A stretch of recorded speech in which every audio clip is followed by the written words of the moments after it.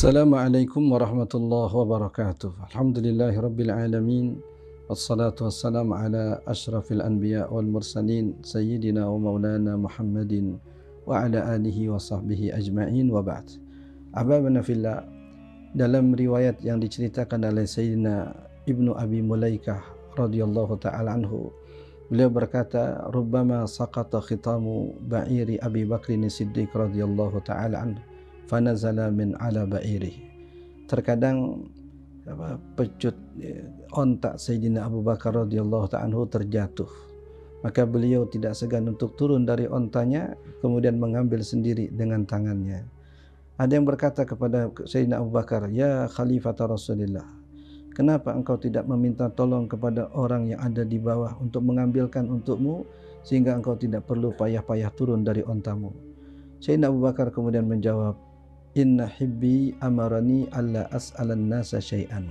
Sesungguhnya kekasihku telah memerintahkan aku untuk tidak meminta sesuatu apapun kepada manusia.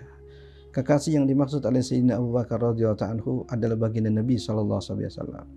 Begitu kuat beliau berpegang kepada wasiat baginda Nabi, begitu teguh beliau menjalankan pesan baginda Nabi, hingga yang dalam pandangan seseorang menyusahkan, beliau tidak anggap itu sebagai sesuatu yang menyusahkan. Beliau turun langsung dari atas kuda, dari atas ontanya untuk menjemput dan mengambil tali atau pelana yang terjatuh ke tanah, untuk kemudian menyatakan, kekasihku telah berwasiat kepadaku untuk tidak meminta sesuatu kepada seseorang. Ahbabana fillah, ini adalah orang semulia Sayyidina Abu Bakar radhiyallahu ta'ala, yang pastinya orang lain dengan penuh harap ingin berkhidmat kepada beliau, yang siapapun berlomba-lomba untuk senantiasa bisa membantu apapun yang beliau perlukan. Tapi beliau lebih kuat berpegang kepada pesan dan wasiat baginda Nabi SAW, tidak ingin meminta sesuatu kepada seseorang. Ahbabana fillah, kisah ini menginspirasi kita untuk senantiasa berupaya melakukan apa yang kita mampu lakukan tanpa harus merepotkan orang.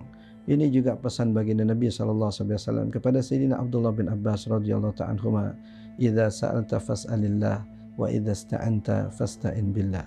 Jika engkau meminta, maka mintalah kepada Allah, dan jika engkau memohon pertolongan, mohon pertolonganlah hanya kepada Allah Subhanahu wa taala. Semoga kisah ini semakin menguatkan iman dan takwa kita kepada Allah Subhanahu wa taala untuk senantiasa berupaya melakukan sesuatu sesuai dengan kemampuan kita, sehingga tidak ada orang yang merasa terganggu dengan apa yang kita mohonkan kepada mereka. Amin ya mujibas sa'ilin. Wa sallallahu ala sayyidina Muhammadin wa alihi wasallam. Walhamdulillahi rabbil alamin.